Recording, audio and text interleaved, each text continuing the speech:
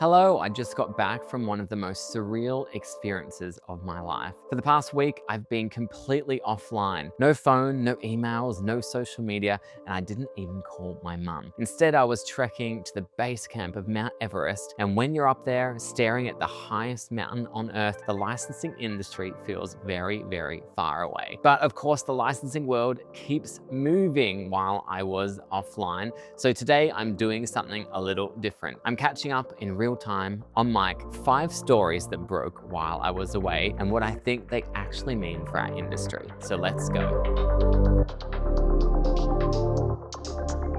The first story is LEGO and Shrek. A few days ago, literally the day I got back online, LEGO announced its first ever Shrek sets, a 1,403 piece collector display and a brickhead set, both dropping June 1st. Now think about that. Shrek is 25 years old. It's one of the most beloved animated franchise ever made, and this is the first time it's appeared in LEGO form. That's because Shrek 5 is coming in 2026. It will be huge from a licensing standpoint and will probably be a huge success at the box office too. This is the evergreen versus tentpole conversation I talk about all the time on this very podcast. Shrek is not a spike property. It's a cultural institution, and LEGO just opened the door on a multi-year licensing runway. If you work with kids brands or collectibles, watch this one closely. I know I will be. The next story that jumped out to me was Warner Brothers Discovery and Paramount. Now, I've talked about this a lot on the podcast. This merger just cleared one of its biggest hurdles, shareholder approval. This is a $111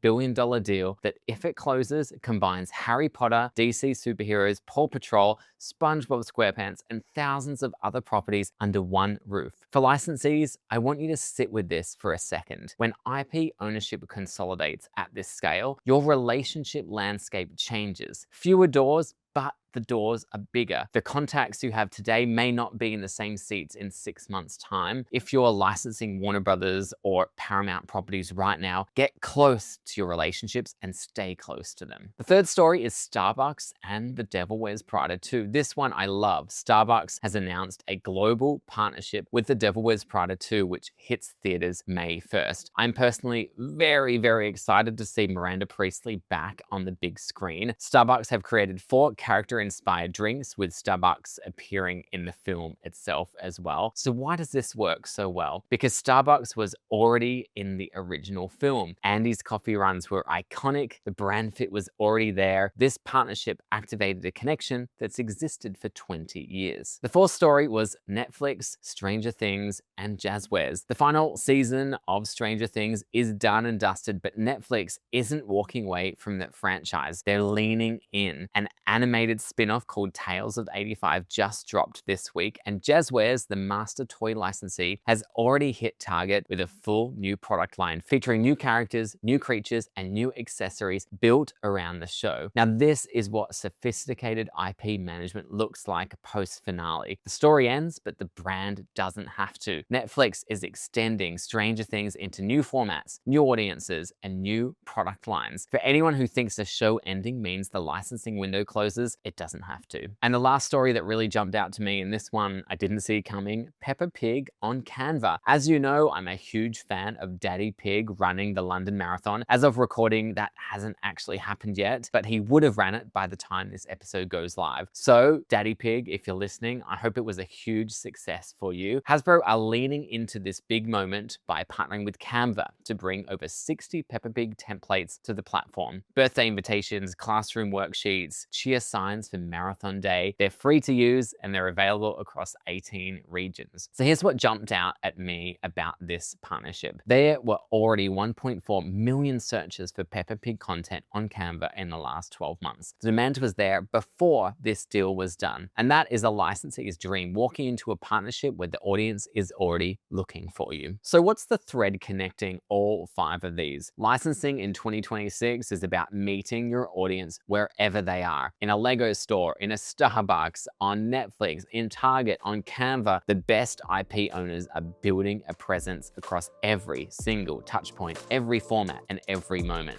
So there you have it. I'm back from my big climb. The industry is moving, and we've got Licensing Expo in 3 weeks' time, which the team and I are very much preparing for. I'm David Bourne, and this is Born to License.